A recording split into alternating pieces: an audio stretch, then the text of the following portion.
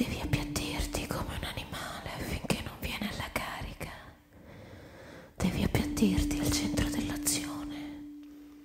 Appiattirti e aspettare finché non carica.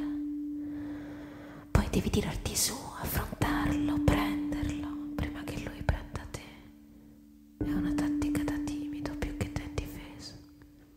Appiattirti e aspettare.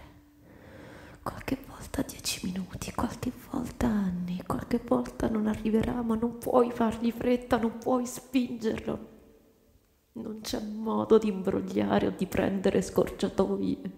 Puoi solo appiattirti